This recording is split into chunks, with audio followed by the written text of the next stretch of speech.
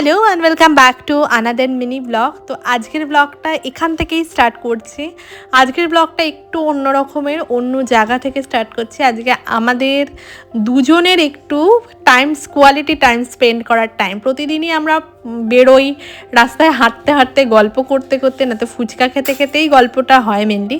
আজকে একদম সুন্দর করে বসে আমরা আড্ডা মারতে এসছি। তো কি করছি না করছি সমস্তটা শেয়ার করব। তো দেখতে থাকুন আর সঙ্গে থাকুন। আশা করছি আজকের বিকেলের এই আড্ডাটা আমাদের দেখতে ভালো লাগবে।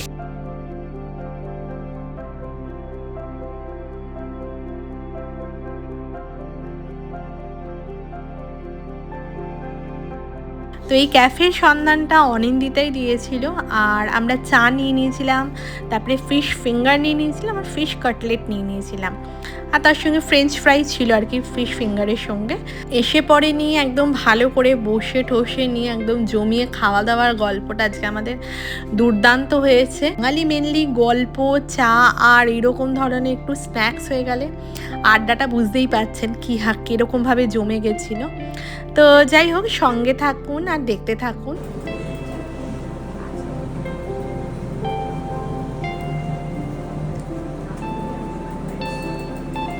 লাস্টে এই মতিচোটা নিয়ে আমাদের আড্ডাটা শেষ করেছিলাম। দেখা হচ্ছে নেক্সট পার্টে।